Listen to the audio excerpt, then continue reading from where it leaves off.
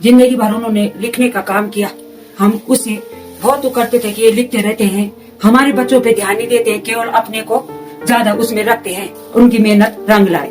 शोध में तपस्या होती है 1977 से, और 55 वर्ष से मैं एक विषय में ही साधना कर रहा हूँ।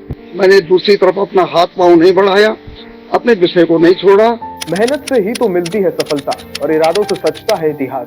और ऐसी ही मेहनत और इरादों की मिसाल बने हैं गढ़वाल के वरिष्ठ इतिहासकार और पुरातत्ववेत्ता डॉक्टर यशवंत सिंह कठोच, जिन्हें साहित्यिक सेवाओं के लिए पद्मश्री से सम्मानित किया गया है।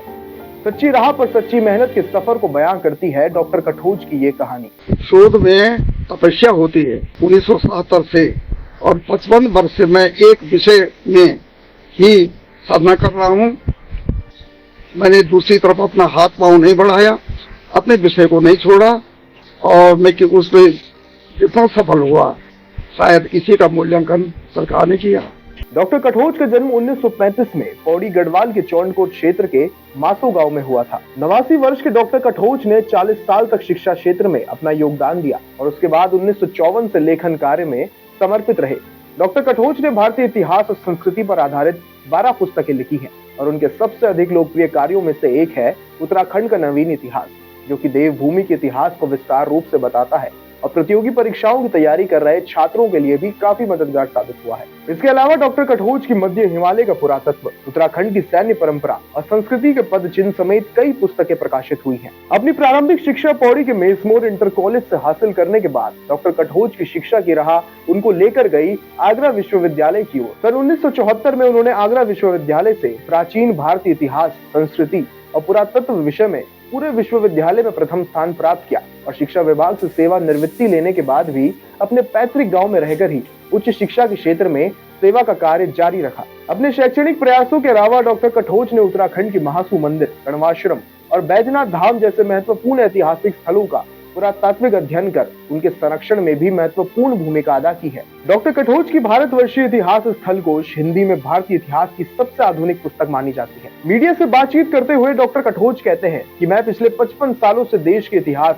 पुरातत्व और संस्कृति पर लिख रहा हूँ और ये मेरे देश की सेवा करने का तरीका है। जैसे कि किसी तपस्वी को, किसी साधक को अगर उसकी साधना का फल मिले तो जैसे खुशी उसे होती है, ये खुशी मुझे हुई। मैंने जो 1977 से ये काम शुरू किया था, इतिहास में, पुरातत्व में, संस्कृति में, अभिलेखों में, पुरातत्व के क्षेत्र में, उसकी परिणति जो इस पुरस्कार के रूप में हुई, उससे मुझे प्रसन्नता है।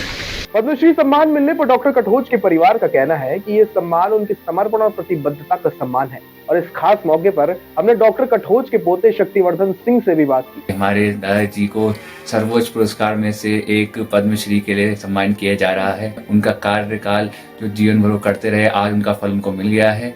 डॉक्टर कठोच की पुत्र वधू अनीता देवी के मुताबिक ये सम्मान सिर्फ उनके लिए ही नहीं बल्कि पूरे परिवार के लिए भी एक अद्वितीय और सार्थक पल है। जिंदगी भर उन्होंने लिखने का काम किया।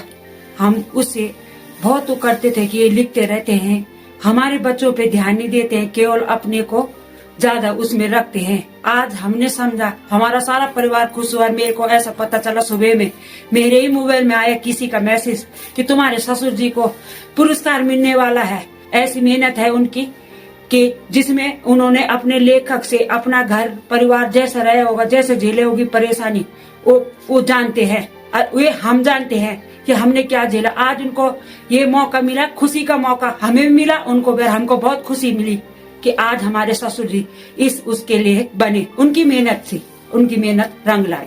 जाहिर है दोस्तों, पुरातत्व और इतिहास लेखन के क्षेत्र में अद्वितीय शोध करने वाले डॉक्टर कठोच को ये सम्मान मिलना राज्य और देश के लिए गर्व का क्षण है। साथ ही ये वो मिसाल है जो सदियों तक एक प्रेरणा के तौर पर दी जाएगी। तो उत्तराखंड की इस महान हस्ती की कहानी यदि आपको पसंद आई तो जरूर अपने मित्रों को भी बताएं इस वीडियो को शेयर करके। नमस्कार।